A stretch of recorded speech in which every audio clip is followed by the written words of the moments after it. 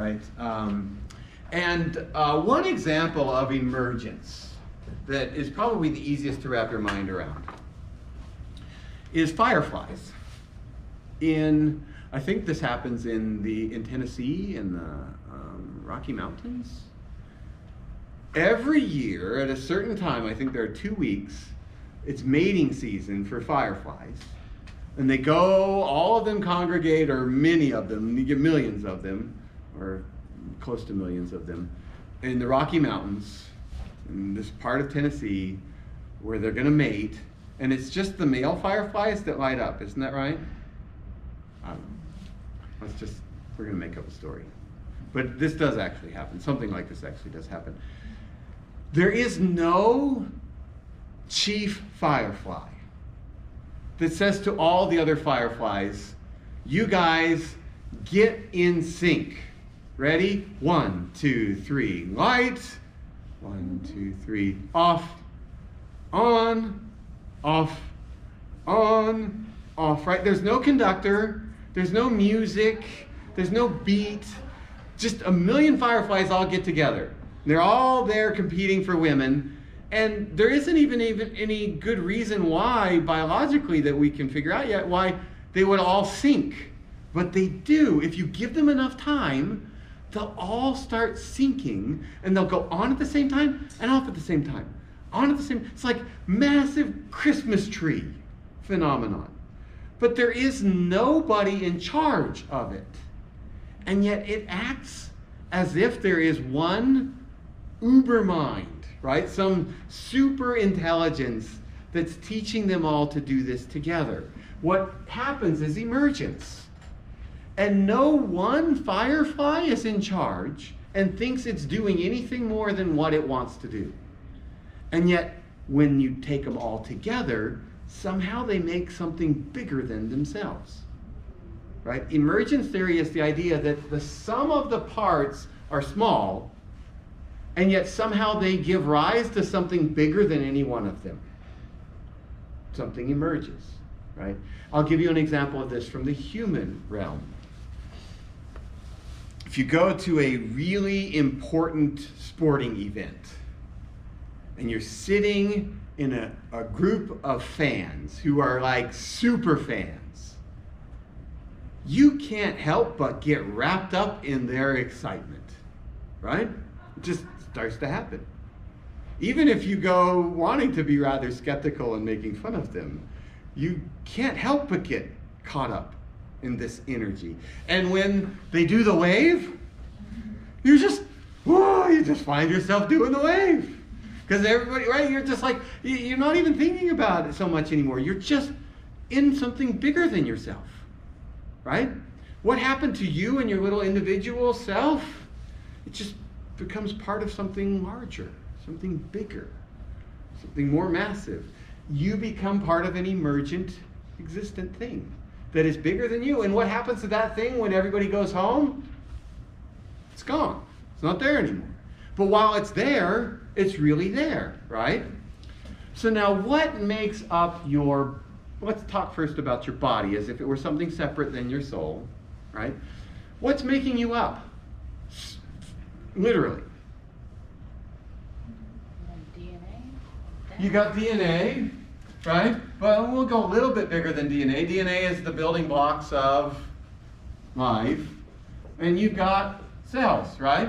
All kinds of cells, different kinds of cells. They differentiate and specialize. You've got systems, right? These cells all make up parts of systems. Cardiovascular system, the circulatory system, the digestive system, right? And you've even got special cells for each of those systems. One of them is the neurons, right? The nervous system, right? So all of these systems, and they kind of keep the cells going, and the cells all contribute just a little bit to that part of the system, right? I read not too long ago about the Great Barrier Reef in Australia. Right? The Great Barrier Reef in Australia is under threat. because people keep coming down and messing with the coral and messing with the stuff, and then the fish don't get the same kind of hiding places, and then they don't poop as much, and then the things that need the poop don't get to grow as fast, and then the climate is changing, and so each of these things have inputs to the system, and if you change one little element of the system, what happens to the rest of it even has far-reaching consequences to things that you may not even see, right? There's a delicate balance in the Great Barrier Reef where every little piece plays its part, right? Well, what are you and I but really just Great Barrier Reefs? Do you think any of these cells know they're a part of you? Do you think they're doing their job so that you can stay alive? So why is each one of those cells doing what it does? Because it wants to live. That's the thing of all living things, right? So it says, hey, give me some of that sugar and I'll give you some of my poop. And then there are things next to it are like, yeah, I'll take your poop, I'll take you, hey, all right? And everybody's surviving off of everybody else, right? And each one of these probably has almost no thought, other than the thought of, I want to live, I want to live. But somehow when you get all of these cells together, something bigger than any one of those parts emerges. But where's the one that's you? Could you point to one cell and say, that one's the conductor? Right there. The one sitting there in the center of my brain, that's the one that's the real me. That's the one that has the thoughts that are my thoughts. Do you ever have competing thoughts? And they sort of duke it out. Do you ever do things you don't even know why you did them? You weren't even thinking about it. Yeah, of course you do. We all do. We're always doing this, right? The amount that we think we're in charge of is, if you stop and think about it, infinitely small compared to what our body's always doing and the ways it's moving. Why? Because we are an emergent system. We are not a thing with a definite entity, a cell that's the real me. We're not a mind that's in charge of the whole. Right? What our mind is just a phenomena that emerges from complexity. And when the complexity changes, so does our mind.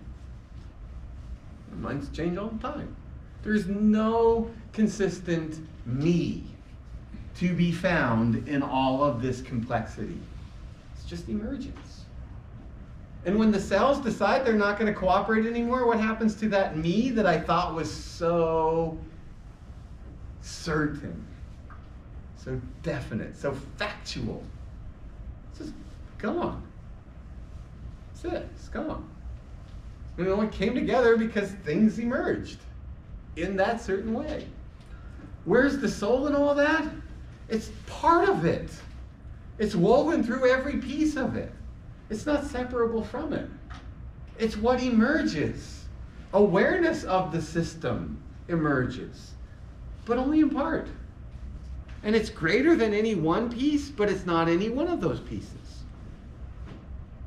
So what Heidegger, he's not going to talk about it like that. I'm giving you an alternative to understand yourself, to understand what Heidegger is getting at. Facticity is not about a body and a soul happening to be together. That isn't how we live. That isn't what we are. That isn't how existence happens. We emerge. And that emergence is not even just this, right? What we're going to see is that this is only a part of the much larger world that we live in. What makes you you isn't even just your cells and your body. You spread yourself out all over your environment. And that's called your world. And we'll see how that happens. It becomes so much more complicated and so much more interesting than the naive supposition that we're just this spirit stuff stuck in body stuff. It's not at all how we live our lives. Time is up. So we will continue on. I got through much of section 12. We're going to go on. We're going to finish up 12 and go to 13 and 14 for class on Thursday. So you should read those sections. You have a quiz for section 13. So you should do 12 and 13. If you haven't done 12 yet, you should. And you should do 13 too.